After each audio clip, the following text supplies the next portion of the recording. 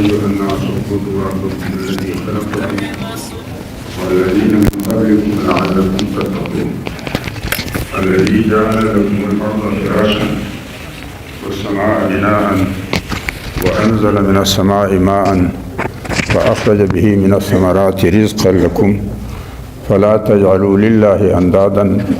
وأنتم تعلمون. تر دا لمخه دا سوره فاتحه کې او د سوره بقره په د اولنیو آیتو کې د انسان په باره کې الله پاک موږ راهنمایي کړې وه چې انسان یو قسم هغه دی چې یو پال انسانان دي چې هغه ته متقین ویل کړي، یو قسم هغه انسانان دي چې د دوی ژوند د انسانیت پر شکل یار نه دی و هغه ته والین ویل کړي چې دا د دوی ژوند پر یوه شکل یار باندې دی او متقین ورته ویل کړي. دا بیا پر دوه ځایه دي، یو مؤمن او بل کافر. چې دا کافر دی دا بیا پر دوه ځایه دي، یو هغه دی چې د هدایت امید یې شته لکه الذين يؤمنون بالغیب ويقيمون الصلاة ومما رزقناهم ينفقون، او یو قسم بیا هغه دی چې له هیلې وتلي دي لکه ان الذين كفروا سواء عليهم انذرتهم ام لم تنذرهم لا يؤمنون. او د انسانیت له لارې اوښتی مخلوق چې ضالین ورته ویل کړي د سوره بقره په د شالور مخکې آیتو کې د هغه ښه تفصیل بیان شوی دی، یعنی د دوی د خولې او د زړه لار یوه نه وي او خلک خدای او مخلوق ګرد په خوله خوشحاله وي او د عمل په میدان کې له خدای او له خلکو ځان پټوي. نو دا اوس الله جل جلاله فرمایي یا ایها الناس، و هغو خلکو چې په خوله خو اظهار او اقرار د ایمان کړی استه او دا بیا څه چې ور خدای منلی دی ور آخرت، مګر عملم د دغه اقرار او د دغه اظهار تصدیق او شهادت نه کوي. نو د دغه ته الله پاک فرمایي چې یا ایها الناس، و هغو خلکو چې په خوله ایمان ښکاره کوي په عمل د ایمان فریضې او ذمهوارۍ نه ادا کوئ استه، دا په اخلاص سره د ایمان لار واخلئ است. نو الله پاک فرمایي یا ایها الناس اعبدوا ربکم الذي خلقکم، تاسې په توللي زړه باندې او په کامله یکسویي سره د هغه ستاسې د هغه رب پر ښوولې لار باندې دا خپل ژمن تروئ چې هغه خلقکم، هغه له نیستۍ تاسې وحشتي ته راایستلي یاست. او دا خلق چې دی دا د مادې و هغه ترکیب او ترتیب ته ویل کړي چې له مخه د تیسویه تقدیر مطابق وي، یعنی گویا کې الله دا رب ستاسې د سرت د مادې د ترتیب او ترکیب له مخه اندازه او پیمانه او معیار او مقدار مقرر کړی هم دو، او بیا د خپل تقدیر مطابق ستاسې د سرتو د جوړولو او منظر ته د راوستلو لپاره بیا و ماده ته ترکیب او ترتیب هم دور کړی دی. نو همیشه لپاره قاعده دا ده چې ایجاد شي د موجود د هدایاتو د مجموعي یعنی ګایډ بک مطابق استعمال لري نو محفوظ وي، یعنی هغه ماشین خرابي کمه لري، او مفید وي یعنی استعمال یې و بادار ته فایده ورسوي. نو ستاسې هم د مادي بدن له نیستۍ و هستي ته ستاسې رب رایستلی دی. نو وده ته دا معلومه ده چې دا تاسې یې پیدا کړي یاسته نو د څه لپاره، او بیا به هغه مقصد چې تاسې حاصلوئ نو بې پر کومه لار حاصلوئ ستاسې د ځان او د اعضاو هغه استعمال به څه وي چې هغه الله پاک درښولی وي نو چې څه وخت ستاسې د سرت د اعضاو او د هغو صلاحیتونه د الله د هدایاتو مطابق استعمالوئ او په توللي زړه یې استعمالوئ نو دا به ستاسې د جسمانی بیماریو لپاره هم د حفاظت ذریعه وي او دغسې به تاسې د دشمن له ضرره هم خوندي ساتي که هغه دشمن په تاسې کې دننه وشي نفس او شیطان دی او کله تاسې بهر په معاشره کې وشي طاغوت دی نو الله پاک فرمایي یا ایها الناس و هغو خلکو چې د ایمان دعوه په خوله لرئ یاسته او عمل هم کمزوری دی دغه عمل په اخلاص سره د الله و عبدیت ته ور برابر کړئ یاسته ولې هغه ستاسې خالق دی لعلکم تتقون دغه لار به ستاسې د حفاظت وي یعنی دا به تاسو ته دغه فایده درکړي چې ستاسې به معدي سرت له جسمانی بیماریو محفوظ وي او ستاسې به د اعضاو استعمال و تاسو ته د فائدې سبب او ذریعه ګرځي او بیا دومره خبره دا ده چې ستاسې روزي هم له ده ده الذي جعل لكم الارض فراشا دا ځمکه یې و تاسو ته هواره کړې ده پر ګرځئ هم او استوګه هم باندې کوي کرونده هم باندې کوي د ژوند چلاو هم باندې کوي مال هم پر پیاسه لہذا دا ځمکه یې درته هواره کړې ده د استفادې لپاره اسمان یې د چت غوندې در باندې درولی دی بارانونه در باندې اوروي او واښه بوټي درختې فصلونه سبزۍ دا در شنې کوي او دا ستاسې د خوړو لپاره استعمالوئ یاسته نو ستاسې خالق هم دی په هغه حواله باندې هم ستاسې فایدهمنه زندګي دا ده چې د ده په ښوولې لار یې تروئ او دا ستاسې رازق هم دی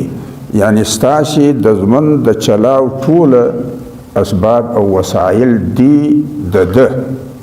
خو د چلاو لپاره یې حواله کړي و تاسو ته دي نو همیشه لپاره چې یو سړی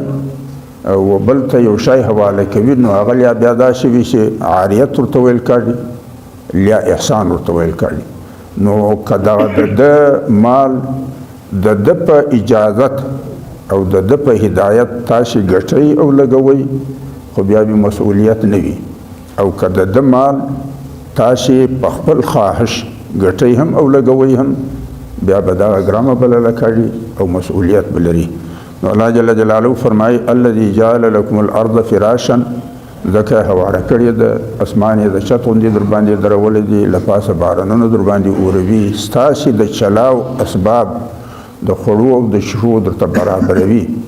فلا تجعلوا لله اندادا وانتم تعلمون نو بیا د ځان او د مال په استعمال کې و خدای ته سیالګوی مور پیدا کوئ ولې چې ځان د خالق الله دی او د مال د مالک الله دی نو د الله په مال کې باید چې د الله په اجازت تاسې تصرف وکړئ داسې نه چې لا په خپل خواهش یا د بل په رضامندي ولې چې په دغه صورت کې به بیا د الله مال د استعمال په میدان کې تاسې ورسره شال څه یاست او دا به ګرمه وي او د دغې ګرمې به تاسې ته تاوان رسوي نو الله جل جلاله فرمایي چې دا کم خلک د ایمان دعوه کړئ او د عمل کمزوري لرئ یاست دا ودا ته سوچ وکړئ چې الله خالق دی د ده بدن چې د ده پر لار باندې نه استعمالوئ یاست نو جسمانی بیماری هم وي په مصیبتو به مبتلا او گرفتار هم یاست لکه ماشین چې د کمپنۍ له هدایاتو رد استعمالوي خرابۍ په خپل سر هم ډېرې وي او د خاوند لپاره استعمال هم پریشاني جوړوي او دغسې د روزۍ مالک الله دی نو چې تاسې د ده مال د ده په هدایت او اجازت استعمالوئ ګټئ او لګوئ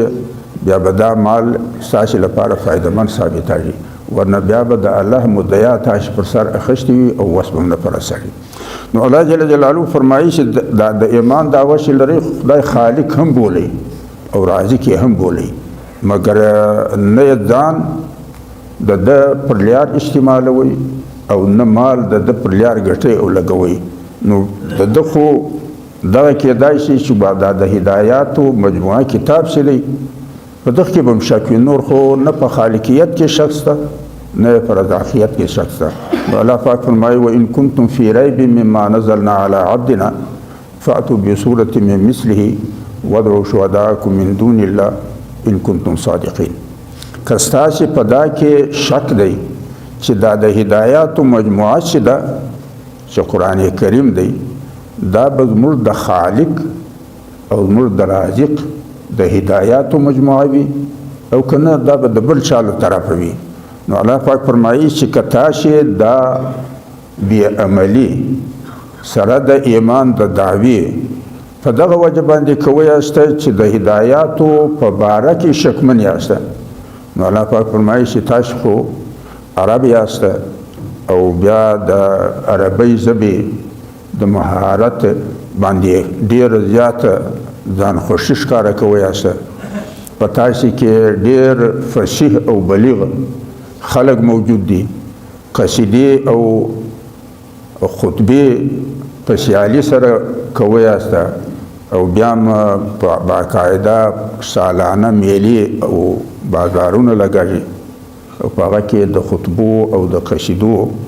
په حواله باندې نمبر یې درکولې کوي. خو تاسو پلو پلو ووایاست دا ټوله خطبا او شعرا دا ټوله فصحا او بلغا دا ول راټول کیاست د دغه کتاب یو صورت چې پکې خوښ یې کیاست د هغه مطابق تاسو په پنځګونی باندې یو صورت جوړ چې هغه د دغه کتاب ل زبی او ل مقاصد سره برابر وي. نو الله جل جلاله فرمایي وان کنتم فی ریب مما نزلنا علی عبدنا، که پر دغه باندې و تاسو ته شک درلوړي چې دا کوم د هدایاتو مجموعه چې ما او خپل بنده رسول ته ورکړې ده چې په دغه کې شکمن یاست چې زما به وي که به نه وي، نو دغه بیا ازموده په وکړئ یو صورت د دغه غوندې جوړ کړئ. وادعوا شهداءکم، درېمت یې هم و ما ته مه پرېږده یاست، ولې که ما درېمت درکړ نو زما فیصله به هم د ده له لارې درځي. نو چې دا اوس که کوم شک کې یاست خو هغه شک به بیا هم پاتې وي. وادعوا شهداءکم، ستاسې خپل درېمان چې هغه ستاسې د قصیدو او د خطبو نمبر یې درکوي و دا خپلو درېمانو ته ور پیش کړئ. که دوی درته وویل چې دا ستاسې جوړ کړی صورت د الله د کتاب د صورت سره په زبان او مقاصدو کې برابر او هموزنه دی، یا په ماندور یاست بیا یې مه منئ. وان لم تفعلوا، او کم دا ته سره نه ورسوله، او الله پاک فرمایي چې ګوره یاسته ولن تفعلوا، زه پر علمي سر درته بیان چې دا به په سر ونه رسوئ. نو فاتقوا النار التي وقودها الناس والحجاره، بیا له هغه اوره ځان چپ کوئ سره د ایمان د دعوې چې عمل نه وي، نو د عمل له لارې جنت هم دی او جهنم هم دی. په خوله په دعوه باندې نه جنت شته او نه جهنم شته. پکار دا دی چې تاسې چې یو د ایمان دعوه لرئ نو عمل هم د ایمان پر ځای کوئ یاست. واتقوا نار التي، له هغه اوره ځان چپ کوئ چې هغه به په سړو او په ډبرو بلل شي، یعنی د هغه به سوي انسانان وي او ډبرې وي. واتقوا النار التي وقودها الناس والحجاره اعدت للكافرين، خو دغه د کفارو ځای دی، یعنی د هغو خلکو ځای دی چې د خدای ګډ سره خالق او رازق بولي نه، چې سوچه کافران دي. بیا خدای خالق بولي مگر لمرګ بعد زمن نه مني چې سوچه مشرکان دي، نو دا جهنم اصل ځای د هغو دی. او تاسو د ایمان دعوه لرئ نو له لوله ستاسې د کفارو و جهنم ته ځان ولې ور برابروئ یاسته. نو چې دا څنګه دعوه د ایمان ده دغسې کردار د ایمان ادا کړئ یاسته، له هغه جهنم ځان چپ کړئ چې کوم جهنم د کفارو لپاره ټکانه ده او ځای دی. او بیا الله جل جلاله فرمخ فرمایي وبشر الذين آمنوا وعملوا الصالحات ان لهم جنات تجري من تحتها الانهار. وهغو خلقو ته زرعی ورکوي چې پر ټوللي زړه باندې اظهار او اقرار د ایمان هم کړي او ورسره له هغه کردار د ایمان هم ادا کوي. یعنی د پوره زندگی د الله په عبدیت کې او د اختیار او اقتدار د الله په نیابت او خلافت کې استعمال لري. غلطی خو له انسان پیښه خو کار یې کړ یعنی قصد کار دای له لارې چپ من نه تروي. نو الله پاک فرمایي ودغو ته زرعی ورکوي ان لهم جنات چې د دوی به باغونه وي تجري من تحت الانهار تر درختو لاندې به ویلې بهړي. كلما رزقوا منها من ثمرة رزقا قالوا هذا الذي رزقنا من قبل وأتوا به متشابها. ودوی ته چې د خوراک لپاره د دغو باغو میوې پیښوي نو یو رنګیزې به وي خو لیکن په خوند او په لذت کې به جلا جلا وي چې څه وخت دوی له وراوړي نو دوی به اول خو بیا داسې محسوسوي چې دا خو هغه میوه ده چې اول مو خوړلې وه لیکن د لذت په حواله باندې به د دوی په مابین کې فرق وي. نو الله جل جلاله فرمایي چې دوی ته د دغو باغو ویلو او ثمراتو زرعی ورکوي وأتوا بها متشابهة ولهم فيها أزواج مطهرة وهم فيها خالدون. او د دوی به په دغو باغو کې جوړه وي یعنی ښځې به وي او هغه ښځې به د حیواني خواصو څخه پاکې وي لکه دا د دې دنیا ښځې چې کوم خواص د حیواناتو لري له دغو خواصو به دوی خلاصې وي او صفا سوتره به وي. لهم فيها أزواج مطهرة وهم فيها خالدون. اوس یو مثال دوه مثال د منافقانو په باره کې الله پیش کړو لکه د شپې له مخې چې سړی اور بل کړي بیا د تیرې له مخې د باران کې ایثار شي. یو بیا دغه مثال د جنت دی چې جنت به باغونه وي نو پر دا باندې به دا بیلیارې خلکو کله کله له دغو داسې مجلسونه جوړول شي ګوار د پوهېدو پر ځای باندې به ملنډه ځینې جوړول شي نو باغونه خو دا دې زموږ هم شته دا دې ښځې هم شته دا دې ویلې هم شته.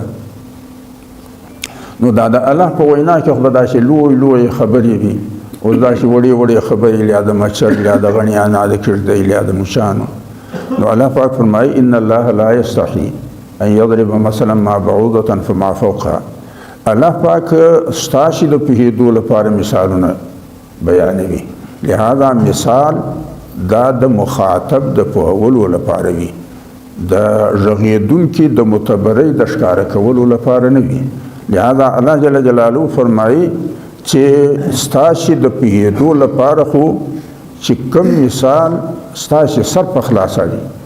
که هغه د مچر وي که بیا تر هغه هم لا در کمزوري شوي نو زه ستاسو سر خلاصوم د ځان لویه او عظمت او معتبري خو نه ښکاره کوم نو ستاسو د سر د خلاصېدو لپاره چې هر مثال وو او ستاسو په خبره سر په خلاصېده هغه به د پیښو. نو ان الله لا يستحي ان يضرب مثلا ما بعوضة فما فوقها فاما الذين امنوا فيعلمون انه الحق من ربهم. د چا چې د الله پر وینا باندې ایمان وي او بیا په خبره سر خلاصوي دا چې نشي له خبرې ځان خلاصوي. نو انسانان په مجلس کې دوه قسمه وي یو قسم انسانان هغه وي چې په مجلس سر خلاصوي نو هغه له مثال داخه بحث نه جوړوي بلکې څنګه د څه لپاره مثال ورکړی وي په مطلب سر خلاصوي او چې کوم خلک له مجلسو ځان خلاصوي نو بیا مثال باندې بحث کوي نو بیا ته خدای وګوره او بیا مچر وګوره او بیا کړدۍ وګوره بیا غڼې انا وګوره. نو الله پاک فرمایي چې فاما الذين امنوا فيعلمون انه الحق من ربهم. څوک چې پر مجلسو باندې ځان پوهوي او اعتماد باندې کوي هغه په دا پوهېږي چې دا مثال چې د کومې خبرې لپاره پیش شوی دی د هغې خبرې د پوهېدو لپاره مثال کافي دی او دغه حق مثال دی د سر د خلاصېدو دی. فأما الذين آمنوا فيعلمون أنه الحق من ربهم وأما الذين كفروا فيقولون ماذا أراد الله بهذا مثلا. او د چا چې د مجلس و منلو تکابو نه دی جوړ هغه بیا له مثال دا بحث جوړ کړي چې نو د خدای په دغه کې څه مطلب و نو دورې لوی خدای دی هی څنګه ویل. یضل به کثیرا ویهدي به کثیرا. ډیر خلک د مثالو له لارې په مجلسو سر خلاصوي او ډیر خلک له مثالو دا بحث جوړوي نو چې هغه سر په خلاصوي هغه پر لار برابر شي او چې بحث ځینې جوړوي هغه له لارې سره چپ شي. او الله پاک فرمایي وما یضل به الا الفاسقین. خو د مثالو له لارې داخه بې لارې کړي هغه خلک چې له سیمې وتلي وي یعنی هغه په خپله سیمه دننه نه تړوي. الذين ينقضون عهد الله من بعد ميثاقه. دا له سیمې وتلي خلک هغه دي چې دوی هغه پخې او منلي اصول او دایرې متوي چې هغه د الله له طرفه مقرر دي او په انسانانو کې پر هغه باندې کامل او اتفاق او اتحاد دی. مثلا دوی دا مسلمه خبره ده چې هر ایجاد به د موجد د هدایاتو مطابق شي استعمالږي نو محفوظ به هم وي او مفید به هم وي. دوی الله خالق دی مگر د خالق د هدایاتو مطابق هغه خپل ځان او مال نه استعمالوي. نو دا هغه مسلمه دایره ده چې د الله له طرفه مقرره او په خلقو کې مسلمه ده خو دوی بیا هم پر هغه دایره کې دننه نه استړي او تر هغه دایره ووځي. نو د ایجاد چې د موجد له هدایاتو رد شي نو بیا یې خرابۍ هم ډېرې وي او استعمال یې مشکلات هم پیدا کوي. دغسې مال چې د مالک پر در وي او تر نظر یې لاندې وي دا له غلا او له لوه محفوظ وي. نو دوی مال دی مگر د الله د دین په حصار او فصل کې چې د الله در دی او د ده پر نظر دی له هغه ترهږي. لکه نبي صلی الله علیه وسلم چې فرمایي په یو روایت کې لتدخلن الجنه الا من اباه. قیل ومن یابا یا رسول الله قال من اتبعني فقد دخل الجنه ومن عصاني فقد ابى وشرد على الله كشراد البعير على اهله. یعنی چې داسې وترهږي لکه اوښ چې له جوکه وترهږي. نو چې یو اوښ له جوکه وترهږي بیا یا د غله په مخه شي یا د لیوه په مخه شي د خرخړو شومه شي. نو الله جل جلاله فرمایي چې دا هغه خلک دي چې په مسلمو دوایرو د زندگی کې دننه کردار نه ادا کوي بلکې ماتې کوي. دغسې د غلام محفوظ مند هلته دی چې د ځان او مال د آقا په تعظیم او اطاعت کې استعمالوي. هر وخت چې غلام له آقا سر واخیست او آقا سزا ورکوي بیا یې لاس څوک نشي نیوای. دغسې رعایت چې د حاکم حکومت په دایره کې دننه استړي نو د ده لپاره د امن ضروري دا ده چې حکومت به مني د حکومت نښخې به په لو سترګې نشي پر قانون به برابر چلایي او چې یو سر ځینې واخلي بیا یې امن زړه غواړي نو بیا یې هجرت کوي چې له باچاهي ووځي بلې باچاهي له ولاړ شي. نو چې ور یې سر اخیستی وي ور په باچاهي دننه استوګه کې نو بیا یې ضمانت د حفاظت نه وي. نو الله جل جلاله فرمایي چې چپ له هغو خلکو چې هغه د ژمن په پخو مسلمو دوایرو کې دننه ژمن نه تروي. مخلوق دی مگر د خالق پر هدایت باندې کردار نه ادا کوي. مال دی خود د مالک له دره ترهېدلی دی. غلام دی مگر له آقا د خیسر اخیستی دی. رعایت د الله په حکومت کې استړي مگر حاکمیت او قانون یې نه مني. نو له دغه وجې دغه خلک دي چې هغه د مثالو له لارې ځان نه پوهوي بلکې مثالونه د تنقید او موضوع ګرځوي. ويقطعون ما امر الله به ان يوصل او هغه تمام روابط پرې کوي چې الله پاک د هغو روابطو د ساتلو و د ته حکم ورکړی دی. مثلا خپلوي برقرار ساتئ یاسته، کلیري برقرار ساتئ یاسته، پر همسایګانو نظر لرئ،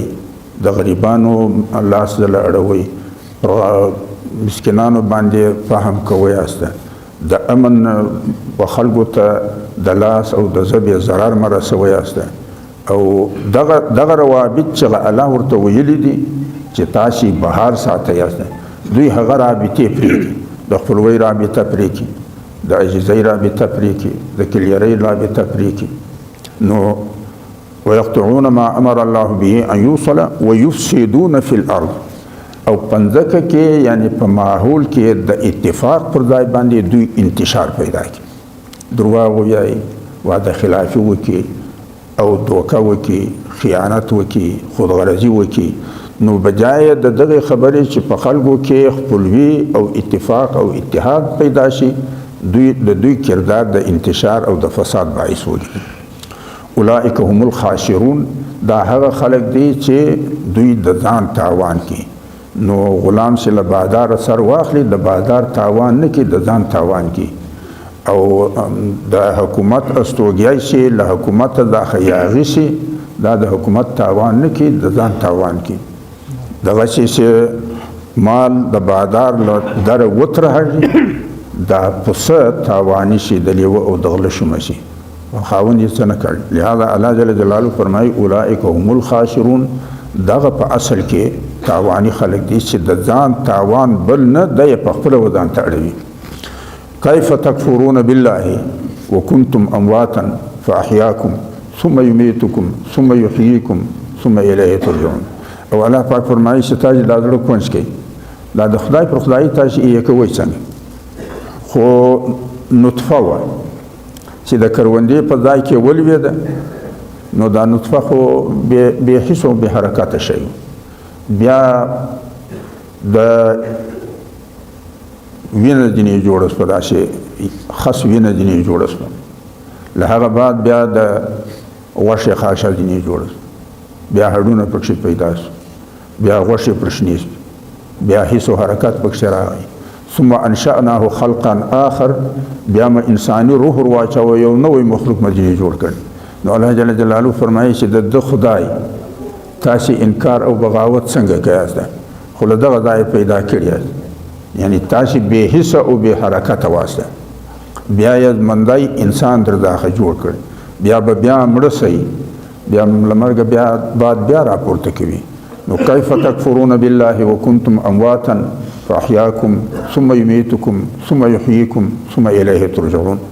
له مرګه بعد چې څه وخت راپورتم کې، بیا به د الله و عدالت ته تاسې لازمن پیش اړئ،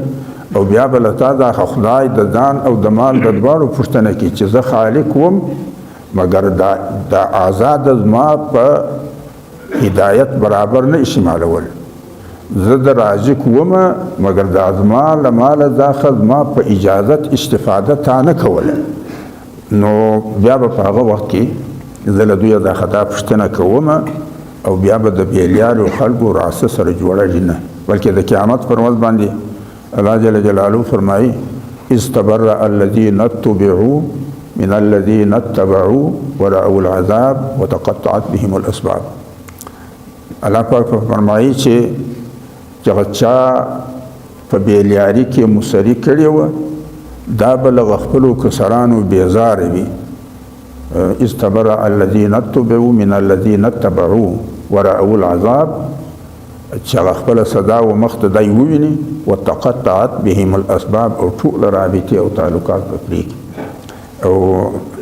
بیا د قیامت پر ورځ به الله پاک فرمایي چې دا څوک چې په بېلیارې خلکو پسې تللي وو، هغه به الله پاکه موږ خو دغو خلکو له لیارې واړولو،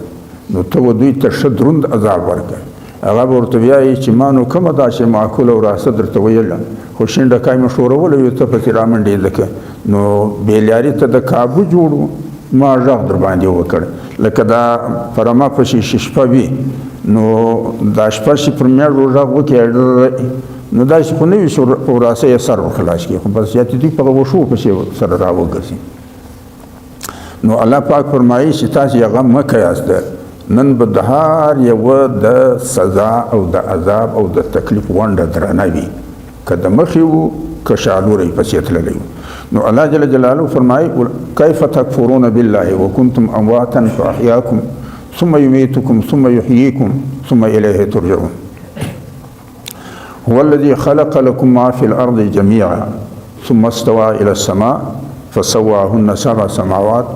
وهو بكل شيء عليم الله جل جلاله فرمایي د الله هغه ذات خلق لكم ما في الأرض جميعا د ځمکې پر سر او په تل کې چې څه دي دا ما ستاسې د چلاو لپاره پیدا کړي که واښه دي که بوټي دي که ډبرې دي که خاورې دي که لاندې بیا زر دي او که اوسپنه ده که هره بلیا ده دا ما ستاسې د چلاو لپاره ما پیدا کړي نو اوس که یو ور داسې وي چې د کائناتو مطالعه وي خو بیا به د ځکه له وسایلو داخه د استفادې کولو صلاحیت هم وي او چې د کائناتو مطالعه نه وي یعنی فني علوم نه وي نو بیا به د الله پاک چې موږ ته وایي چې هو الذي جعل لكم في الارض هو الذي جعل خلق لكم ما في الارض هو الذي خلق لكم ما في الارض جميعا دا خدای چې موږ د چلاو شان په ځکه کې پیدا کړی دي چې تر څو موږ د ځکه مطالعه ونه کو او د دې د خلق اندازه ونه لګو نو دا خدای پاک چې موږ ته وایي چې په ځکه کې ما ستاسو لپاره پیدا کړی دي نو دغه دا به موږ استفاده بیا څنګه کوو نو الله پاک فرمایي هو الذي خلق لكم ما في الارض جميعا ثم استوى الى السماء بیا د اسمان وخواته مخ ورواړه فسواهن 7 سماوات و اسمانونه یې برابر کړي فسواهن 7 سماوات وهو بكل شيء عليم الله جل جلاله په بالای کائناتو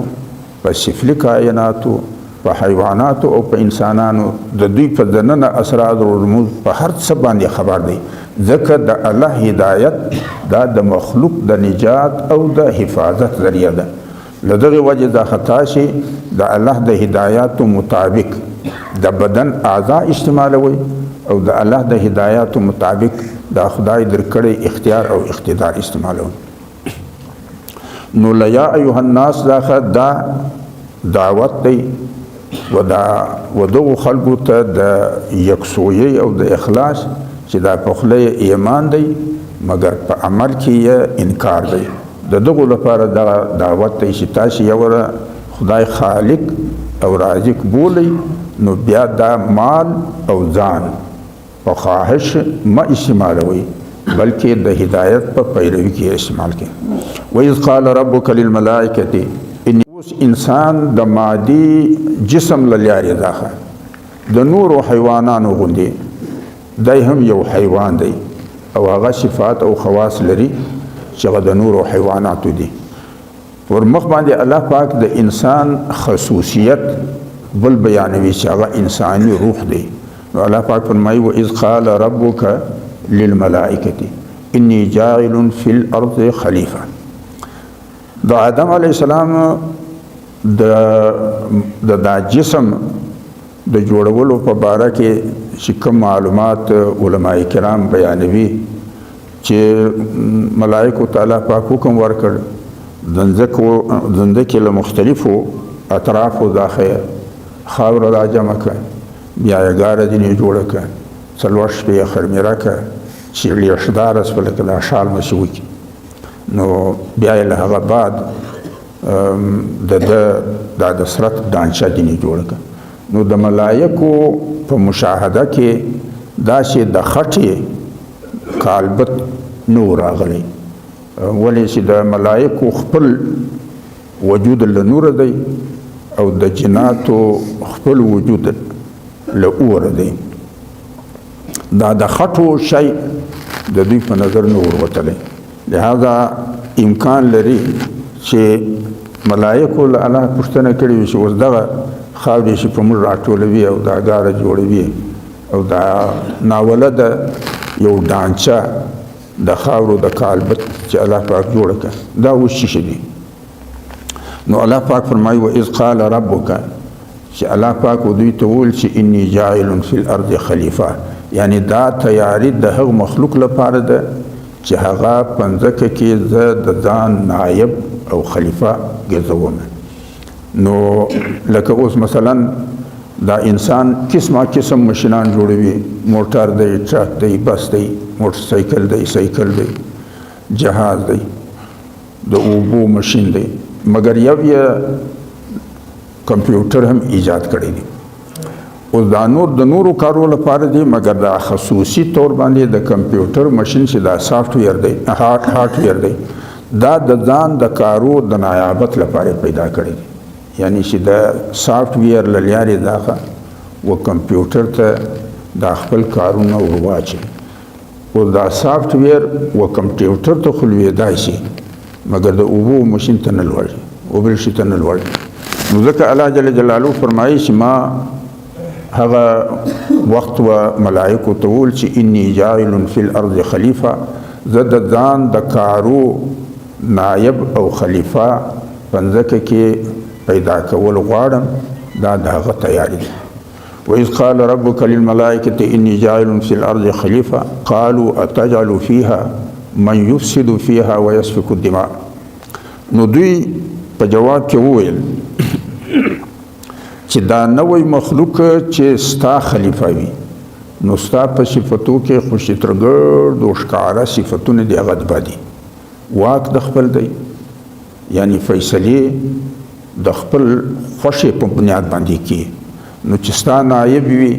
هغه خو هم داسې مخلوق وي چې دی به د اختیار خاوند وي او فیصلې به د خپلې خوښې مطابق وي. او دوم دا چې اقتدار دی، یعنی ته پر مخلوق باندې گرفت لري، بالادستی لري. نو چې ستا نایب وي نو هغه به د دغو دوو خویو خاوند وي، له ده سره به اختیار وي، یعنی د خپلې خوښۍ مطابق به فیصلې هم کی او د ځان لپاره به رویې هم خوښوي، او بل به په ده کې اقتدار وي، یعنی بالادستی به پر بل قائمولای شي چې نور د ځان تر لاس لاندې کی او د ځان لپاره استعمال کی. نو چې یو مخلوق وي او یو به نه وي، ډیر به وي، او په هر یو کې به دغه صلاحیت وي چې خوښه به خپله وي، فیصلې به د خپل خوښې مطابق کی،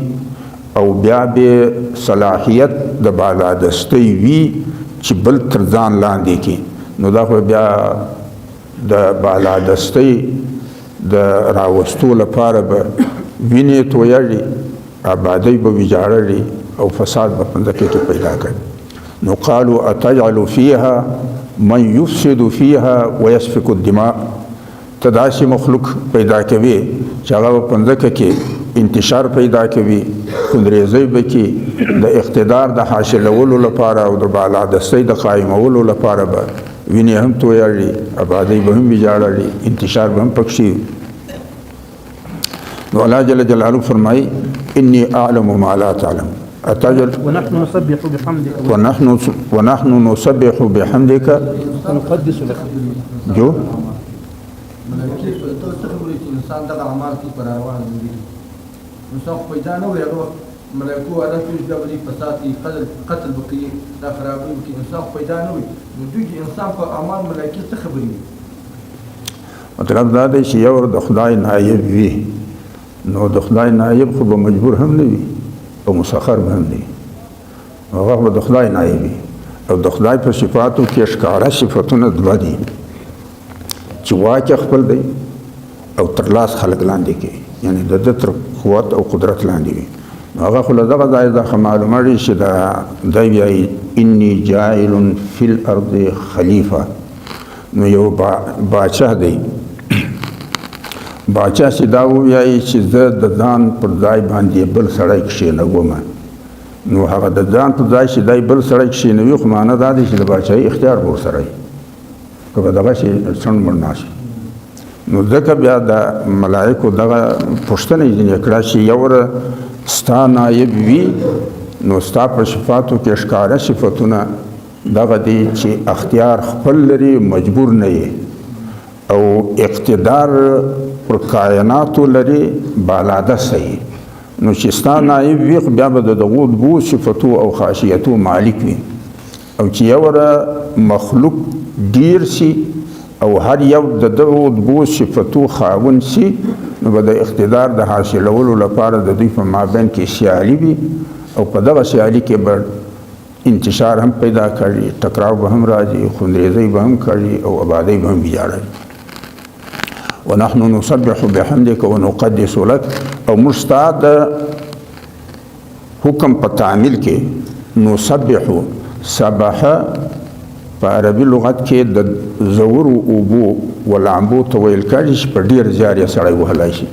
نو موږ خپل ټوټل وس ستا د حکم د پرځای کولو لپاره کوو لر بر نه تر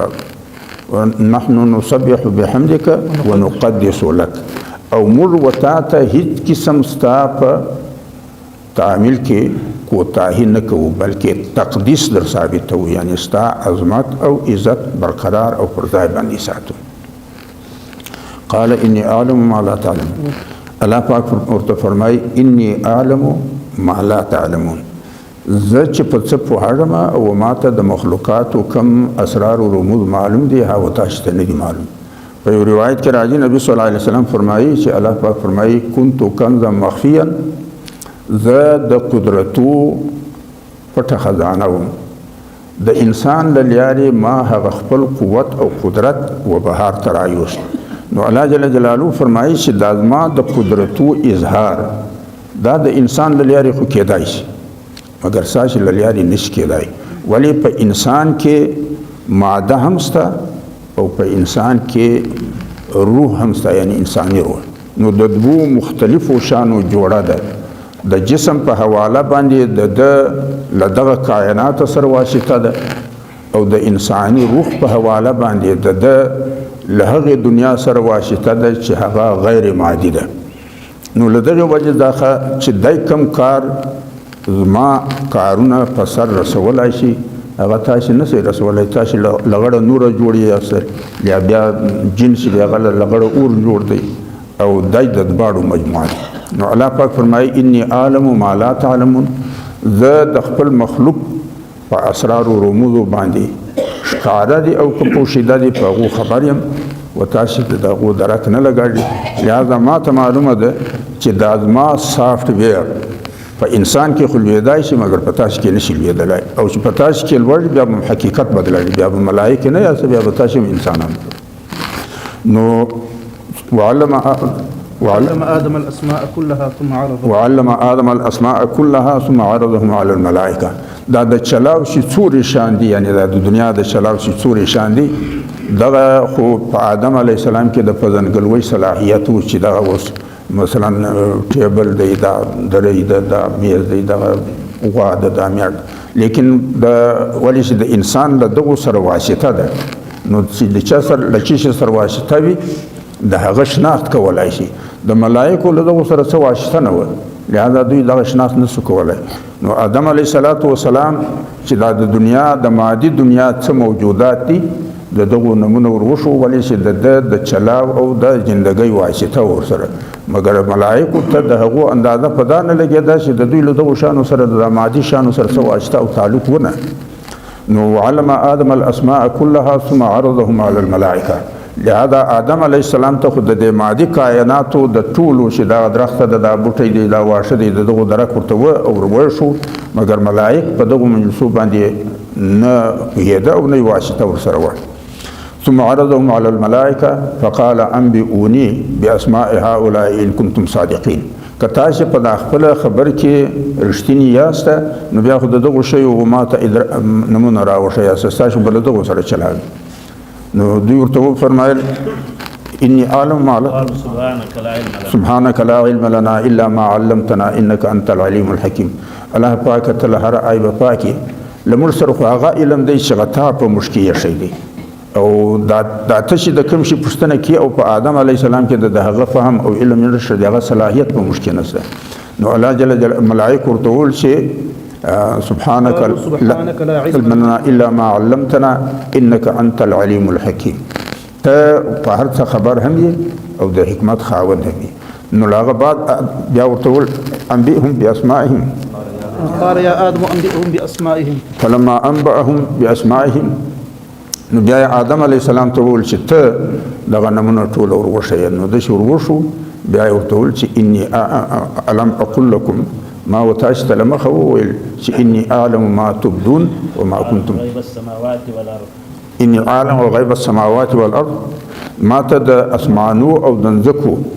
پوشیده او ښکاره ټوله صلاحیتونه او اسرار معلوم دي واني اعلم ما تبدون وما كنتم تكتمون وما تستاشي ظاهري صلاحیتونه هم معلوم دي ستاشي پوشیده صلاحیتونه هم معلوم دي لهذا وما تدا معلوم هو چې ما د خلافت او د نیابت انساني روح په انسان کې خو اچول صحیح دي مګر په ملائکو کې چې اچومه بیا په د ملائکو حقیقت بدلایي پر دغه حقیقت باندې دا کمپیوټر نه ورلوړي مخکې بیا وإذ قلنا للملائكة اسجدوا لآدم فسجدوا إلا إبليس وإذ قلنا للملائكة بیا له هغه بعد الله پاک فرمایي چې ټولو ملائکو ته ما وویل چې تاسې د انسان تابعداري اختیار کړئ او ورته ومویل چې اسجدو تاسې و آدم علیه السلام ته سجده وکړئ فسجدوا الا ابلیس نور ټولو سجده وکړه خو هغه څوک چې د ده لپاره دا فیصله ډیره ناولده وه او له دغې فیصلې دا خدای بلسه په عربي لغت کې غدا ته وایي چې یو سړي یو شی نه وي ګڼلی او پیښه شي او داسې حق بک ودري نو الله پاک فرمایي چې دا ابلیس یعنی چې هغه ده یو څه بللې وه او پیښه بل څه شوه دغسې و دا پر سجده باندې ایه کوي او د ده په باره کې علما کرام بیانوي چې په دانځکه کې یو مخلوق له مخه موجود و نو کوم لشکر چې د الله له طرفه داخل د دغه صفایي لپاره تللی و د هغه لشکر مسري ابلیس کوله دا نو د دا ګمان و چې اوس له بعد چې نبی یو فیصله د الله له طرفه کړي نو په هغه کې خو به د سر مجلس زما وي او چې څه وخت آدم علیه السلام په باره کې دا وینا وسوه چې نایب آدم دی او دی پاتې سو نو له دغې فیصلې دا خدای حق بک ودرېده او له دغې وجې دا الله پاک فرمایي چې نورو ملایکو خو د معاونت او د تابعدارۍ اقرار او اظهار وکړ مګر د انکار وکړ أبا واستكبر وكان من الكافرين ابا واستكبر وكان من الكافرين د سجدې باندې یک او ودان ته یې لولو ټکشي شو یعنی د ابلیس وینا دا وایي چې دی د له خاورې جوړ کړی دی او زه له اوره یم دا اور تر خاوره بهتر دی لهذا یو خو یې د خدای نافرماني وکړه بل یې پر آدم علیه السلام باندې د ځان برتري ثابتوله نو اوس دا شیطان چې دی دا له لو سره زموږ د مړ دښمن دی او دا الله جل جلاله چې ترټلی دی او له خپله دره یې سړلی دی دا یې دا زموږ پر سر باندې سړلی دی نو اوس چې له مړه پوښتنه وکړي چې دا بېلیاري د څه له وکړل یا دا بېلیاري څه له کې یا مړه د شیطان غوندې دښمن را سره او چې سړی دا پوښتنه ځینې وکړي چې ښه چې شیطان دښمن بولي او تر خوله یې نه خپري له پله یې پل نه ردوي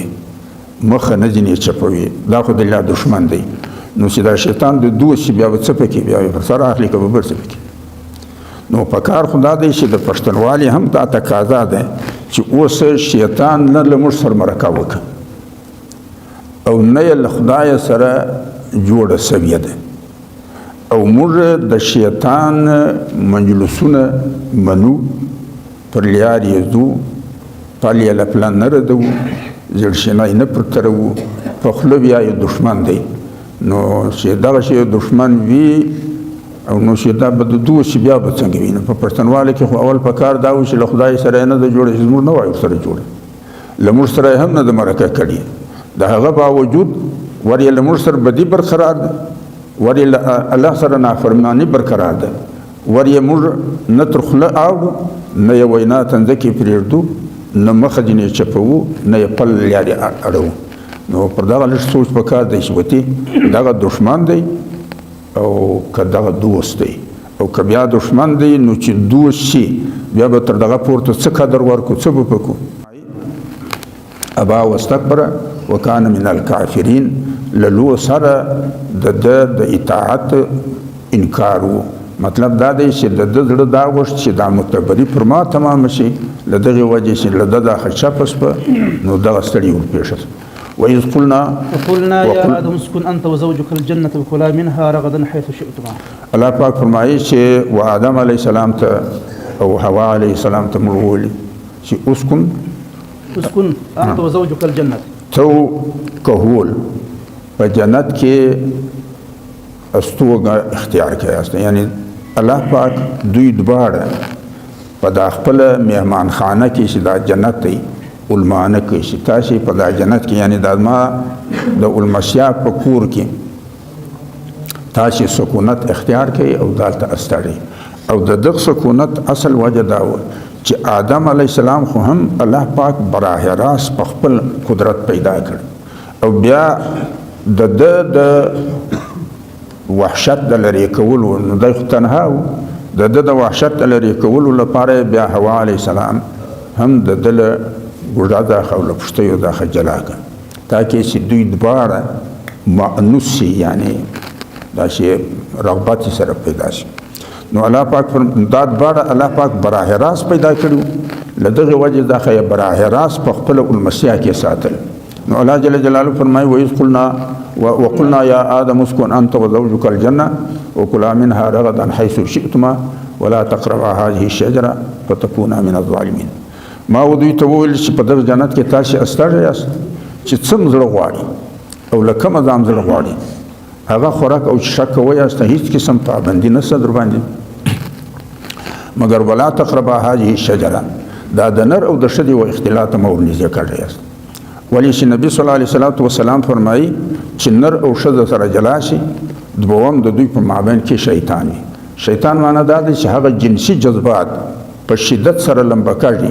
چې دا د نر او د ښځې د اختلاط باعث ګرځي. نو الله جل جلاله فرمایل چې ولا تقربا هذه الشجره فتكونا من الظالمين و دا د نر او د ښځې و جنسي اختلاط مه ورنږدې کړئ ورنه دا به له ځانه سره ظلم وکړي. ولې چې تاسو خو اوس دواړه براه راست زما پیداوار یاست او چې تاسې ولور یې څه یاست نو به دا بیج د کروندې په ځای کې ولوړي او چې بیج د کروندې په ځای کې ولوړي له به فصل جوړوي یعنی اولاد به جوړوي. نو بیا به دغه اولاد ستا او د حوا د دواړو کسب پکې شامل وي براه راست به زما نه وي. نو بله دغې وجې داخه د مځکې او د مځکې د فصل د آبیارۍ او د سمبالولو ذمهواري بیا پر تا واوړي. نو تو دا به بیا په دغه ځای کې بیا به نو د کسب دنیا یعنی د محنت دنیا له به ځه یاسته نو له ځانه سره ظلم مه کوئ یاسته. بس هغه نور لکه دا زموږ په پښتني علاقو کې به یو زمانه د علمانه احترام دا و چې د وچ مجلس لپاره به پغلې وروستلې. نو دا د آدم علیه السلام د دغه زندګۍ یو یادګار و چې الله جل جلاله په آدم علیه السلام میلمه و او له نورو خوړو چښو سره سره د وحشت د لرې کولو لپاره بس هغه حوا علیه السلام سره پیدا کړی و خو لیکن وینا یې دا ورته کړې وه چې دا جنسي اختلاط به نه سره کوي او نور به دغسې دا ستاسې وحشت ختموي. فأزلهما الشيطان عنها فأخرجهما مما كان. لیکن الله شیطان شو یعنی دا د نر او د ښځې چې دا کم جنسي جذبات دي دغې لمبې بس هغه لکه دا په قرآن شریف کې آخري یو آیت دی قل اعوذ برب الفلق من شر ما خلق ومن شر غاسق اذا وقب. د ابن عباس رضی الله تعالی عنہ په غاسق اذا وقب معنا دا دی چې دا آله تناسل شي څه وخت سر پورته کې خدای د دغه له شر مو وساتي. ولې چې دا انسان شي په جنسي جذبات لمبه شي پر سترګو یې تیاره شي بیا د خپل او د پردي د لور او د خور د دغو تمیز ورک شي. نو ځکه الله جل جلاله فرمایي فأزلهم الشیطان، دوی دواړه دا د نر او د ښځې د جنسي اختلاط جذبې لمبه کېدل دا له هغه خپله ځایه وشه کول، یعنی د الله د اطاعت له لارې یې وشه کول. فأزلهم الشیطان عنها فأخرجهما مما كانا فيه، بیا یې له هغه جنت ته دا ویاستی چې خدای دوی پکښې استول او دوی پکښې وه. وقلنا اهبطوا بعضكم لبعض عدو. له دغه بعد ما ورته وویل چې اوس نو تاسې داسې وکیاسته چې اوس نو ستاسې د ولمستیا مدت ختم سو، ولې چې تاسې اوس دا کرونده وکړه نو دا به اولاد پیدا کړي، او چې اولاد پیدا کړي په هغه کې ستاسې د خپل کسب دخل دی، او چې د خپل کسب دخل وي بیا به د ځمکې او د فصل آبیاري او خدمت پر تاسې باندې وي. نو ما ورته وویل چې تاسې دواړه سره له دا اولاد دا اوس له جنته داخه دورې ځمکې له ورې سیاسته ولكم في الأرض مستقر ومتاع إلى حين. په دا ځمکه کې به ستاسې استوګه هم وي او ستاسې به د ژوند د سفر سفری هم وي، یعنی دا خو دا د له جنته راووت نو مرګ په وایي چې دا بیا مادي زندګي چې ده دا د سفر ده، له مرګه بعد به بیا سړی بیرته بیا جنت له ورځي. نو ځکه نبي صلی الله علیه وسلم فرمایي کن فی الدنیا کأنک عابر سبیل، تاسې د دنیا ژوند داسې تېروئ لکه مسافر چې په لار ته راځي، له جنت راوتلي یاست بیرته به جنت له ورځئ یاست یا به پر بله خوا ځئ. نو الله جل جلاله فرمایي چې ما دوی ته وویل چې تاسې څوړ څه یاست ځمکې لر، او هلته به ستاسې د استوګنې ځای هم وي او ستاسې به د سفر سفری هم وي، یعنی د دنیا د چلا او د زندګۍ اسباب هم هلته موجود دي. فتلقى آدم من ربه كلمات فتاب عليه. نو آدم علیه الصلاة والسلام ته د خپلې غلطۍ احساس وسو او الله پاک د هغې غلطۍ استغفار وغوښت او چې دا له موږ غلطي وسوه، الله جل جلاله د ده توبه قبوله کړه او بیا یې راکوز کړه، له هغه بعد یې صحایف ورکړه، یعنی د رهنمایي لپاره یې صحیفې لیکلي احکام ورکړه. فقلنا اهبطوا منها جميعا فإما يأتينكم مني هدى فمن تبع هداي فلا خوف عليهم ولا هم يحزنون. ما ورته ویل چې تاسې اوس څوړ شئ چې تاسې له ما له طرفه هدایت درځي، نو چې د چا زندګي زما د هدایت مطابق وه فمن تبع هداي فلا خوف عليهم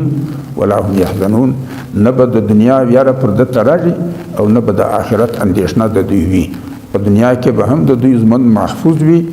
چې زما د هدایاتو مطابق وي، او په آخرت کې به هم د دوی پریشانی له انجام داخل نه وي بلکې کامیابی وي. والذين كفروا وكذبوا بآياتنا أولئك أصحاب النار هم فيها خالدون. والذين كفروا وكذبوا بآياتنا، دي چا چې زما پر هدایت پر حاکمیت باندې پر خالقیت او رزاقیت باندې انکار وي، خالق من بولی، رازق من بولی، حاکم من بولی. نو والذین کفروا وکذبوا بآیاتنا، او دا زما د قدرت نشانی چې د دوی تر مخ ته راځي له دغه دا دوی عبرت نه اخلي، او بیا چې کم هدایات زما له طرفه ورځي پر هغه باندې دوی عمل نه کوي نه یې مني، اولئک اصحاب النار هم فیها خالدون، دا به د دوزخ خاوندان وي او دوی به په دوزخ کې همیشه استړي. لهذا تر دغه ځایه پورې لا یا ایها الناس د منافقانو او یا د ضالین یا د مذبذبینو لپاره دغه نصیحت او رهنمایي وه چې تاسې چې یو خدای خالق بولئ بیا یې ژوند د ده پر لار تروئ، دا به ستاسې د حفاظت لار وي، او چې یو رازق بولئ بیا مال ګټئ او لګوئ د ده په اجازت باندې، دا به تاسې له جرایمو محفوظ ساتي. نو چې په خوله دعوه د ایمان کړئ او عمل د ایمان نه وي، نو دا له لوه داسې تاسې وهو دوزخ ته ځان برابروئ چې هغه د مؤمنانو لپاره خو نه دی بلکې د کافرانو لپاره دی. خو لیکن چې ستا دعوه د ایمان وي او عمل د ایمان نه وي، نو سفر خو چې دی دا منزل خو په سفر لنډړي او هغه عمل دی. نو د جنت منزل چې رسېږي دا به د جنت د لارې په سفر رسېږي، او چې به د لیار د دوزخ اخیستی وي او هوس به د جنت لري، لکه لیار سړی د ابزي واخلي او هوس به د کوټې لري، نو دا نه ولا رسېږي. مخ باندې الله جل جلاله اوس د بني اسرائیل دا ومن الناس من يقول آمنا بالله دا خود د نبی صلی الله علیه وسلم د امت منافقان اوس د بني اسرائیل د منافقانو ذکر کوي او الله جل جلاله فرمایي یا بني اسرائیل اذكروا نعمتي التي انعمت عليكم بني اسرائیل تاسو د ازما د نعمتو او د احساناتو خلص در پدړه کې چې مال تاسو سره څوري احسانات او شګړې کړې دي واوفوا بعهدي اوفي بعهدكم واياي فرهبون او لما سره کړی وعده را سره وپاله یاسته او چې تاسو لما سره وعده د عبدیت او د خلافت وپاله یاسته بیا بدل تاسو سره وعده د حفاظت او د معیشت هم پاله اوس موږ له پکار دا چې موږ په دا باندې سوچ وکړو چې موږ د هر مانځه په هر رکعت کې له الله سره وعده کوو یا ایاک نعبدو خدای زب لک لویازی ستا مرایای او غلامیم زب لک لویازی لتا سره دمریه غوندې چلړم خو چې زه لتا سره لویازی دمریه غوندې چلړم بیا به د دنیا زورور او زبور ما خلاف نو بیا ایاک نستعین خدای بیا مور خوشی و نو بدل تا مدد غواړم نو اوس موږ په کار دا چې پر دا سوچ وکړو چې دا په هر رکعت کې له خدای سره کړی وعده د عمل په میدان کې موږ فعال یې د کم خراب کړی ده نو تاسو ودا ته سوچ وکړئ چې د شپې او دروازې رکعاتونه شې دي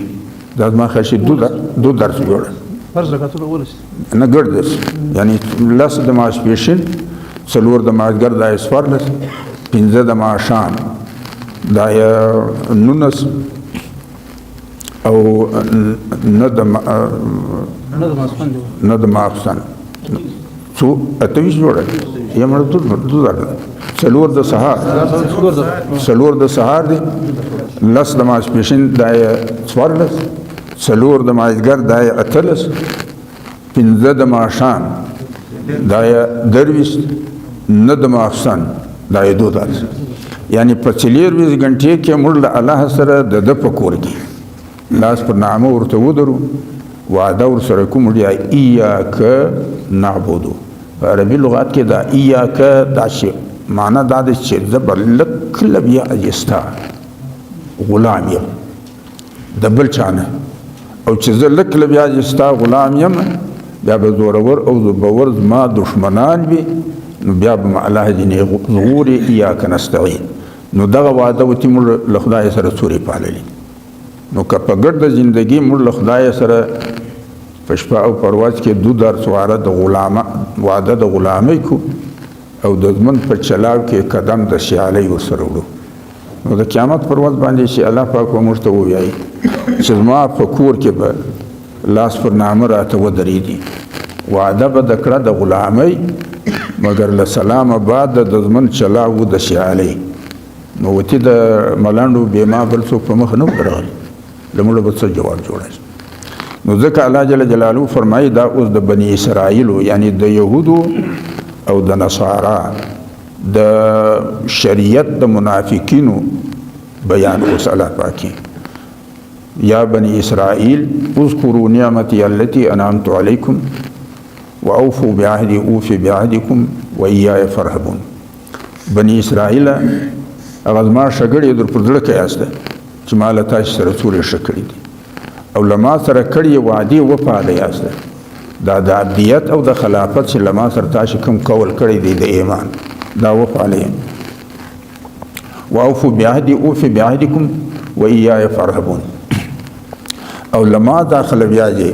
طرح وکیاسته ولی چې مند او مرګ ما په لاس کې دی عزت او ذلت ما په لاس کې دی غربت او مسکنه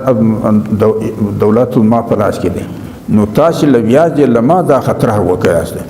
لنور خلق دا خطاشي په شي شویره ریو ترهړي داغه په لاس کې نستعمر ست او نه یزمن ست چې زم وازلم څوک پاتې کولای نشي چې زم پاتې کوم څوک وازلای نشي چې زم ذلیل کوم څوک عزت من کولای نشي چې زه عزت کوم څوک ذلیل ولای نشي چې زم مړوم څوک وړولای نشي چې زم وړوم څوک مړولای نشي نو بیا د خلق بیا رسته نو الله جل جلاله فرمایي و اياي فرهبون لبیاج لما دا خبر هم او یاره وکه سبل لبل چامو یاره وآمنوا بما انزلت مصدقا لما معكم او پر هغه وحی باندې ایمان راوړی یاست چې پر پیغمبر صلی الله علیه وسلم باندې ما را نازله کړی ده او دا چې نه چې ستاسو د کتابو تکذیب کی نه ستاسو د کتابو تایید او تصدیق کی چې کوم تعلیمات دي البته ځینې ځایونه چې پتا شي کې په هغه خپل کتابو کې تبدیلی کړی دي او حقیقت دغه څه نه دی د هغو ځایو اصلاح کې نور ساسي د کتابو تایید کې که تورات دی که انجیل دی که زبور دی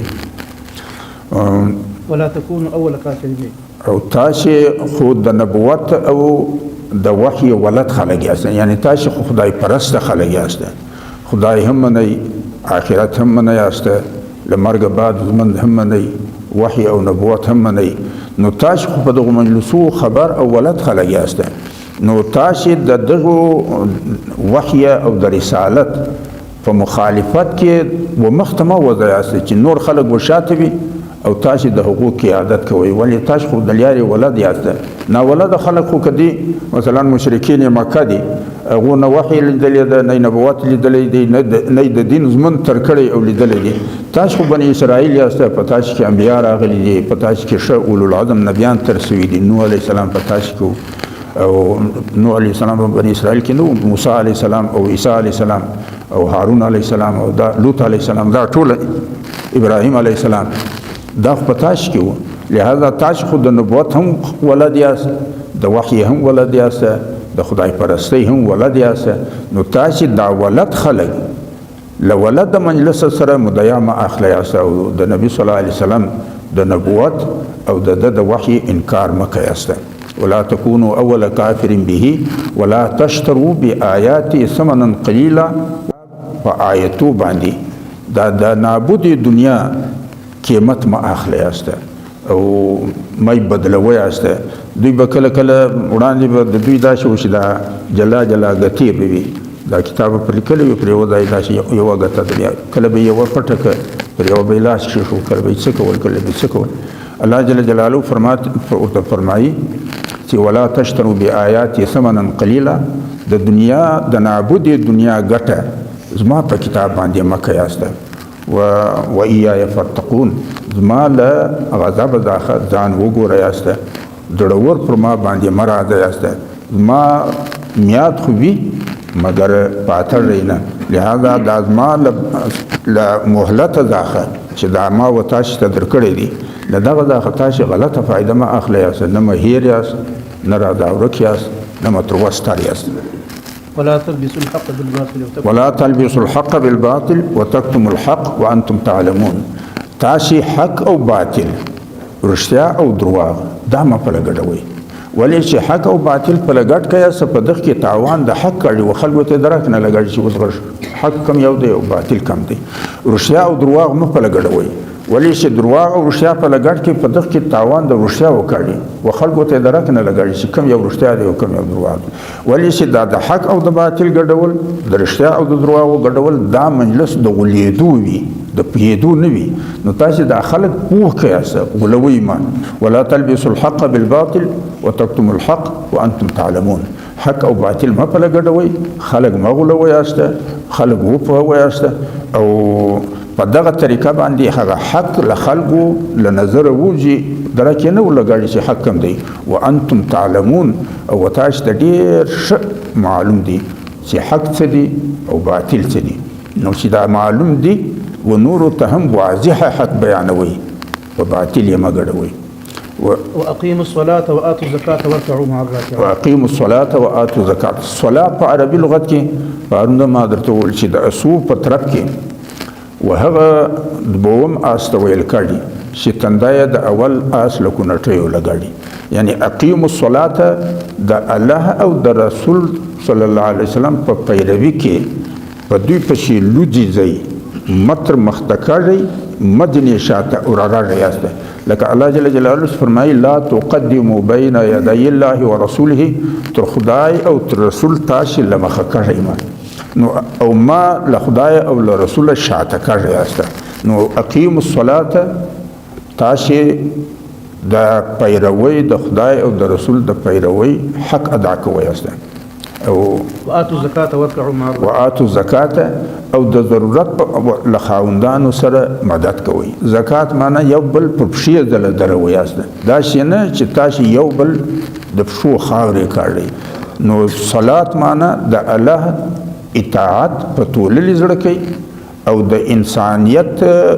معاونت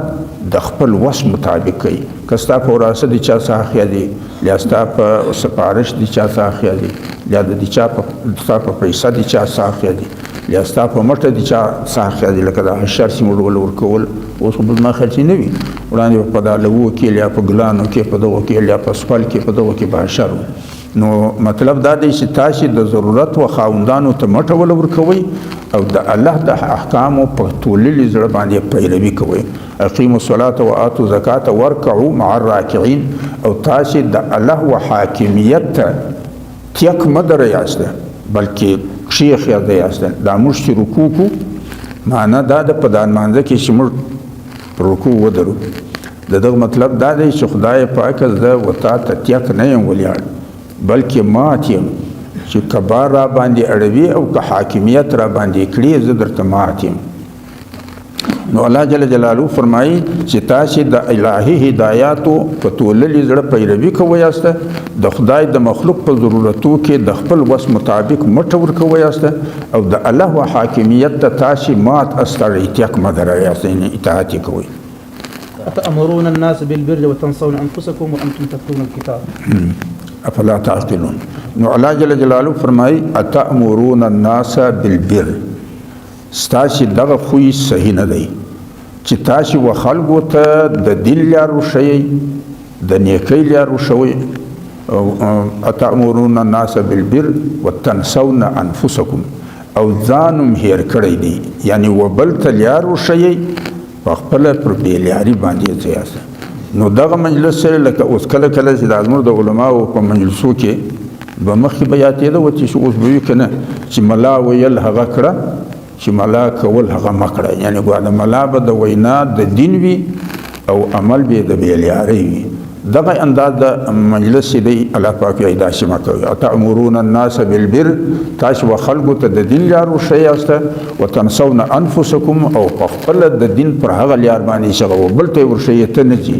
دا شمه کوي. ولی چې څو وخت د داعی دعوت د عمل په تایید کې وي یعنی چې دعوت یې دی دغه شی عمل وي نو د داعی عمل شي د داعی له دعوت سره برابر وي بیا په خلکو کې هغه د هدایت اثر کی او چې بیا یې به یو رنګ او خیاجي به بل رنګ بیا د دغه دعوت اثر د هدایت نه وي بلکې د نفرت وي دا د مخید بر خیر واز بیا په خلکو کې پیدا شي. نو الله جل جلاله فرمایي أتأمرون الناس بالبر وتنسون أنفسكم وأنتم تتلون الكتاب أفلا تعقلون. تاسو خلکو ته د دین لار وشئ په خپل پر هغه لار باندې نه دی وانتم تتلون الكتاب او تاسو د الله د هدایات مجموعي په خپل بیاست هم او تلاوت هم کوئ. نو په هغه کې دغه طرز د ژوندۍ شي دی دا غندلې سوی دی صفات یې نه دی سوی. نو په کار دا دی چې تاسو د دیندار طبقه کو بل ته دین ورشئ نو په کار دا دی چې په خپل پر هغه باندې عمل هم کوئ او چې عمل نبی او بل ته دین ورشئ بیا به دغه برکات او اثر هم نوي. واستعينوا بالصبر والصلاة فإنها لكبيرة إلا على الخاشعين. الله جل جلاله فرمایي چې د دین په لار کې مشکلات شته خدا شي هم نه د شګوتا شي د بی دیني زمن تروي بیا په غزيره لپشياس په بی دیني کې هم ور بدایستا ور رنگ بدایستا ور ځلشینېستا ور زوبلېستا ور مرګونستا ور تعاونونستا. نو دا شي هم نه د شګوتا شي ک د دین زمن کړ بیا خو په تعاوني کړی او کم دین پرې شو بیا بجاتي تاسو د بخملو پر غدیو نه شاسته ټول باد بندر الوجي. الله جل جلاله فرمایي چې د شیطان په لار کې خدا شي هر څه قربانوي مگر د الله پر دین باندې تاسو تود باد نه صحیح. الله جل جلاله فرمایي چې تاسو د دین پر لار باندې په استقامت سره په تولل زړه سره زمن تروي. واستعينوا بالصبر والصلاة تاسو د دین په عمل کې مدد اخلي ل برداشت داخل. برداشت معنی دا چې الله جل جلاله فرمایي واصبر على ما يقولون واهجرهم هجرا جميلا. خلق چې ستاسې په باره کې څه وایي یا څه کړي له هغه دا خطا چې جذباتي کړی ما چې په غاړه کې ولوړي مایوسه کړی ما چې لیار پرېږدي نو الله جل جلاله اوس فرمایي واستعینوا بالصبر تاسې له صبر دا ښه کار اخلي یعنی جذباتي کړی ما چې د خلکو په غاړه کې ولوړي او په مختلفو شاخلو ځان وځړوي او مایوسه کړی ما چې د الله د دین لیار پرېږدي چې د خدای دین دی او خدای ته پاتې دی داسې مه کړی او والصلاة یعنی د مخالف رویې باندې صبر کوي جذباتي کړی او مایوسه کړی ما او د الله د دین پر لیار باندې په کامله یکسویي سره عمل کوي نو واستعینوا بالصبر والصلاة تاسې د دین په زندگی کې تاسې د دین په لیار کې د مخالفینو باندې د دین په لیار کې د مخالفینو پر اذیتو باندې یا پر مجلسو باندې تاسې برداشت کوئ یاست او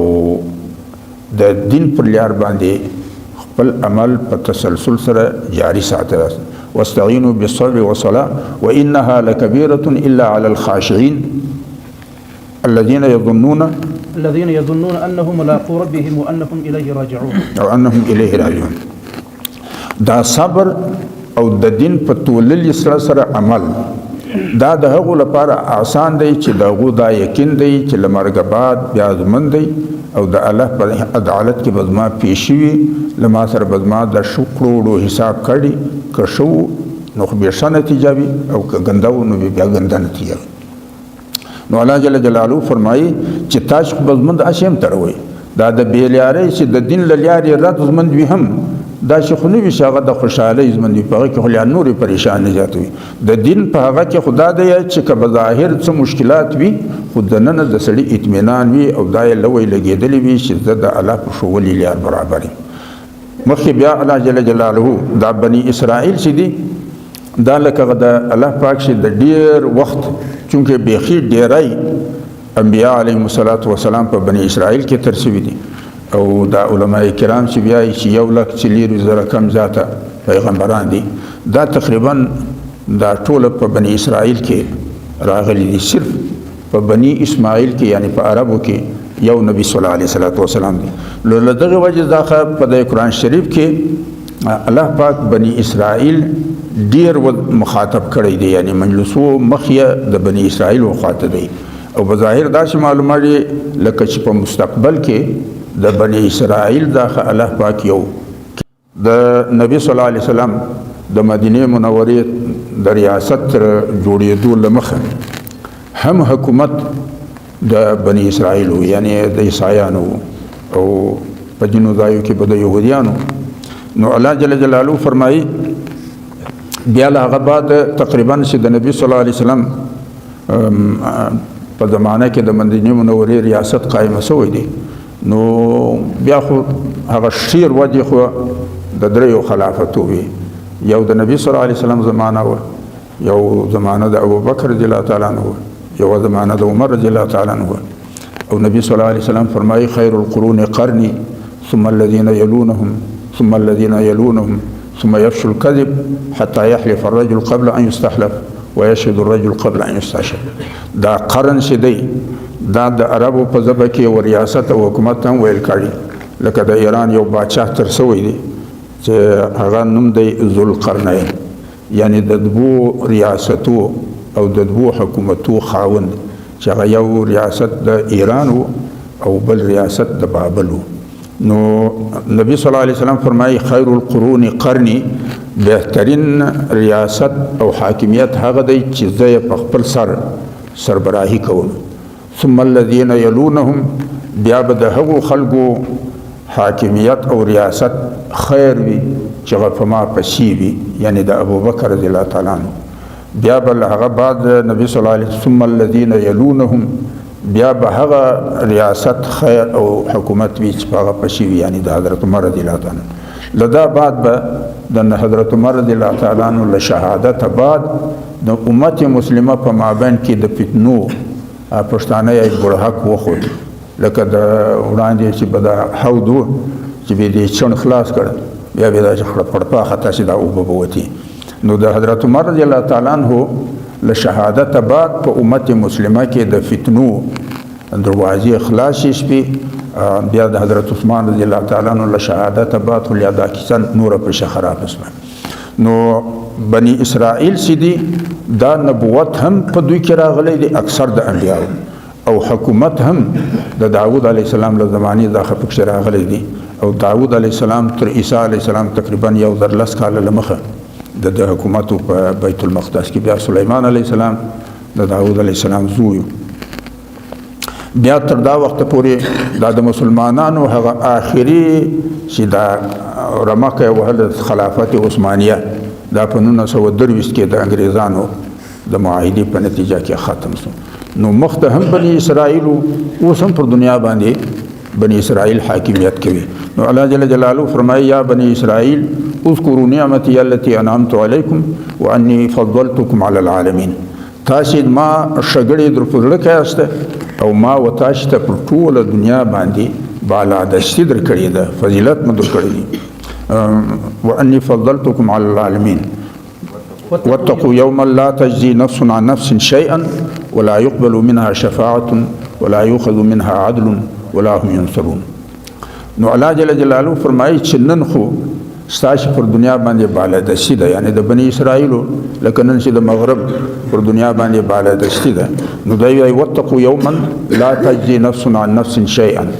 د هغې وجې دا خزان وزغورئ او پڅه وکړئ چې حالت به هیڅوک د چا په بدل کې نشي قبلولی. تاسو خو اوس چې ستاسو د طبع خلک چېرې قیدیان شي یا یو مشکل پر ورایشي نو تاسو یې بیا تبادله وکړئ یعنی د سړو تبادله سره وکړئ. حالت به دغه تبادله نه وي. واتقوا يوما لا تجزي نفس عن نفس شيئا ولا يقبل منها شفاعة. او نه چې څوک مجرم وي د الله په عدالت کې به د مجرم په باره کې شفاعت نه قبلېږي. نن خو تاسو داسې یاست چې چیرې مجرمان ستاسو د لاس لکړې وي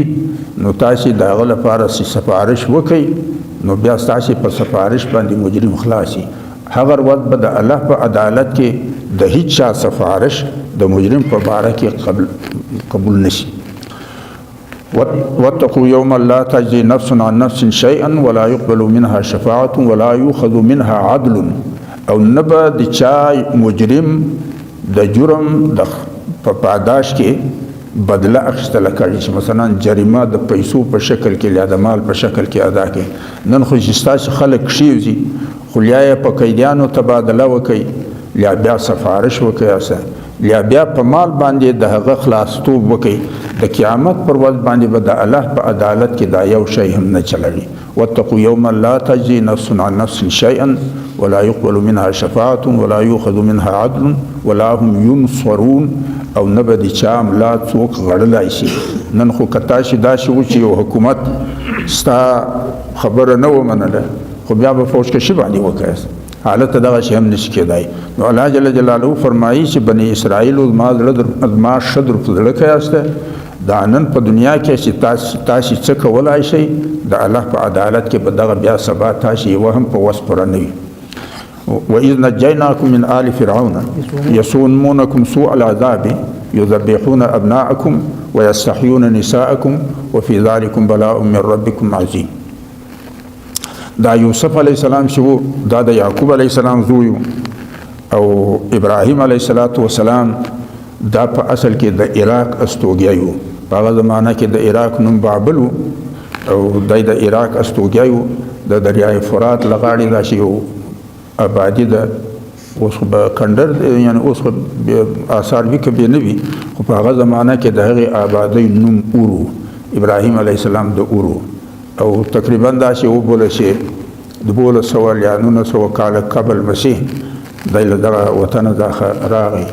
او دغه 1819 کې فلسطین له راغی. د ده مصره ښځه ساره وه او کسر زوی اسحاق دا یې په فلسطین کې مسته کړي او کسره ښځه هاجره وه او مصر زوی اسماعیل علیه السلام هغه یې په مکه مکرمه کې مسته کړي. دا یوسف علیه السلام دا د یعقوب علیه السلام په زمانو کې د زویو بیا نو کیسه خو هر چاته معلومه ده چې مصر له ورسېده نو په مصر کې د دوی دغه 1300 قبل مسیح کې وو نو حالت د دوی ښه احترام او ادب کې ده خو لیکن په 900 قبل مسیح کې دوی بیا د غلامانو په تور باندې حالت خلکو ګرځول خو بالآخر په 1200 قبل مسیح کې موسی علیه السلام ته نبوت الله پاک ورکړ او بني اسرائیل یې له هغه ځایه دا خراویسته نو الله جل جلاله فرمایي وإذ نجیناکم من بني اسرائیل من آل فرعون تاسې هغه ښه زما در پر زړه یاسته چې د فرعون کام پر تاسې باندې کم ظلمونه که یا د غلامانو په دود تاسې استعمالول استه ما تاسې له هغه ظلم او له غلامۍ را اخلاص کاستم نجیناکم من آل فرعون یسومونکم سوء العذاب بدترین سزا تکلیفونه به در کول یعنی ذلیلولی به وذللاسته به نرګاړي به در حلالول ښځې به در پرېښوي نر او ښځې د غلامانو په تور باندې استعمالول استه یسومونکم سوء العذاب یذبحون ابناءکم نر هلیکان به حلالول ويستحيون نساءکم او نجونه به منځي پرېښوي وفي ذلكم بلاء من ربكم عظیم دغه ستاسې لپاره ډېر لوی مصیبت او آزمایش او امتحان د الله له طرفه ده فرقنا بكم البحر وإذ فرقنا بكم البحر نو یو خو داو چې د فرعون د کام له منګولو متاسې راویسته بیا چې راووتسته نو بیا و بحیره احمر ته د مصر او د سعودي عرب په مابین کې دا یو سمندر دی و هغه ته بحیره کلزوم هم بیایي او بحیره احمر هم ورته بیایي نو و دغه دریاب ته ودرېداست د شا لخوا د فرعون لښکر درپسې و د مخ له طرفه داخه د قلزم سمندر و نو الله جل جلاله فرمایي وإذ فرقنا بكم البحر ما بیا دغه اوبه د لیارې وتاسو ته د لیارې د درکولو لپاره د لپرې کې وإذ فرقنا بكم البحر فأنجیناکم وأغرقنا آل فرعون تاسې متر وولنګولاسته او فرعون سره له لښکره چې وراولوېده اوبه مو پر هوارې کې تاسې مخلاص کاسته او دای ما غرق کړ نو دغه زما ښه تاسې در په زړه کې استه هم له غلامۍ را خلاص کاسته هم په سمندر کې له فرعون د خلاصېدو لپاره لیارې درکړي واغرقنا فرعون وأغرقنا آل فرعون وأنتم ظالمون وانتم تنظرون او یعنی تاسې دغه منظر په خپلې سترګې لید چې سمندر و تاسې ته لیار درکه دغه منظر هم ولید او بیا چې په هغو لیارو ته د فرعون لښکر راولوېده او بیا اوبه پر هوارې شوې دغه منظر هم ولید لیکن د دغه باوجود بیا وإذ وعدنا موسى 40 ليلة د دغه باوجود چې دا هر شي تاسې ولیده مګر چې څه وخت ما و موسی علیه السلام د تور وخوا ته راوباله وإذ وعدنا موسی 40 ليلة د څلوېښتو شپو په مخه باندې ما دی راوباله وإذ وعدنا موسی 40 ليلة ثم اتخذتم العجل بیا تاسې د ده له طلوع بعد په دا څلوېښت ورځې کې دا صبر نه وکړ نه هغه د فرعون له غلامۍ چې خلاص کړي یاست ما هغه ښه در په زړه نه دا د سمندر د لیارو د خلاصېدو ښه در په زړه نه د فرعون د غرقېدو تاسې بیا هم چې دی ستاسې له منځه ووته څلوېښتو شپو لپاره تاسې بیا خندر بت جوړ کړ او بیا هم د هغه عبادت شروع ثم اتخذتم العجل من بعده وانتم ظالمون تاسې د موسی علیه السلام له تلو بعد بیا خندر بت جوړ کړ او هغه ته عبادت شروع کړ دا تاسې له ځانه سره هم ظلم کوي او بلکې د الله د احسان ناشکرۍ کوئ دا خو هر څه ستاسې تر مخ تر شوي وإذ وعدنا موسى 40 ليلة ثم اتخذتم العجل من بعدي وأنتم ظالمون ثم عفونا عنكم من بعد ذلك لعلكم تشكرون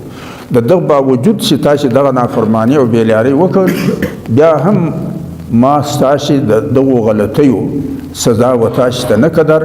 بلکې تاسې ما معاف کاسته په دغه غرض باندې چې پر مخ به شاید پر تاسې باندې زما ښه ښکاره سي او له دغو بېلیاریو به راوګرځئ. وإذ آتينا موسى الكتاب والفرقان لعلكم تهتدون. بیا ما و موسی علیه السلام ته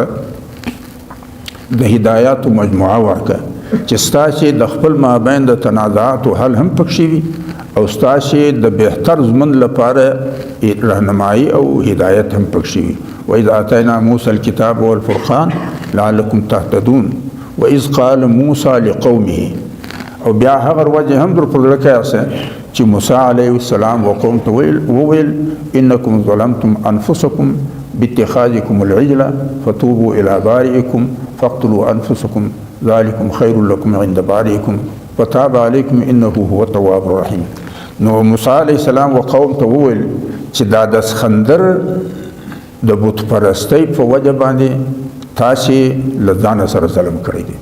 لہذا د دغه صدا د الله له طرفه دا ده چې هغه بېلیارې خلک چې دي دا به د لیارې د خلکو له لاسه په خپله د مړه کیاسته څوک یې د دوی په خپل مابین کې جنګ وسو او چې هغه بېلیارې خلک وو هغه د لیارې خلکو جنګ سره وکړ او څوک یې فقتلوا انفسکم معنا دا ده چې دا خپل نفس مړ کوي تر ځان یې لاندې کوي پر ځان یې مسپره ویاسته د الله د دین اطاعت ستاسې لپاره د خیر سبب دی بجای د دغې خبرې چې د سرکش نفس اطاعت وکوئ. ذلكم خیر لكم ان كنتم تعلمون. دغه عند بارئکم ذلكم خیر لكم عند بارئکم وتاب علیکم. ستاسې د خالق الله په نسبت باندې ستاسې لپاره دغه عمل ښه دی. لیا خدا معنا چې په خپله ځله مړه کوي لیا بیا دا معنا چې نفسونه تر ځان ګونډه کوي او تر ځان یې لاندې کوي. ستاسې دغه عمل به ستاسې لپاره د ستاسې د الله په نسبت باندې بهتر وي. ذلكم خیر لكم عند بارئکم فتاب علیکم انه هو التواب الرحیم. الله به بیا ستاسې دغه جرم د اسخندر د بت د عبادت معاف کړي او الله چې د همیشه لپاره چې په خلوص سره څوک د دغو خواته مخ ورواړوي الله معافي کوي. وإذ قلتم يا موسى. لیکن د دغه باوجود دا ټول مجلسونه ستاسې تر مخ تر شو د دغه باوجود تاسې و موسی علیه السلام ته وویل چې لن نؤمن لك حتى نرى الله جهرة. دا ستا په خبره باندې زموږ لوی نه لګاړي او باور نه پکړي. لن نؤمن لك حتى نرى الله جهرة چې موږ په خپلې سترګې خدای نه ووینو. یعنی بیا تاسې دا مطالبه وکړه چې تا اوس داسې وکړه چې خدای په موږ ودیدوه. دا ستا په مجلسو باندې زموږ داسې پوره باور نه کړي او نه لوی لګاړي. وإذ قلتم يا موسى لن نؤمن لك حتى نرى الله جهرة فأخذتكم الصاعقة وأنتم تنظرون. بیا پر تاسې باندې یو کلک غږ وسو له هغه دا زړونه وچودل او مړه سپاسته.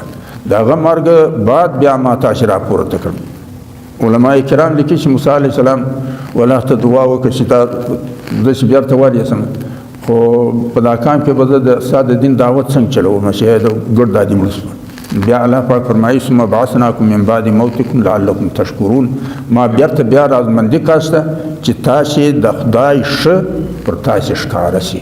ولیکن بیا هم پر تاسې باندې ښکاره نه شو. نو زه هم دعا به وکړو.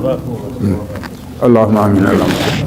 ربنا آتنا من لدنك رحمة وهيئ لنا من أمرنا رشدا. سبحان ربك رب العزة عما يصفون وسلام على المرسلين.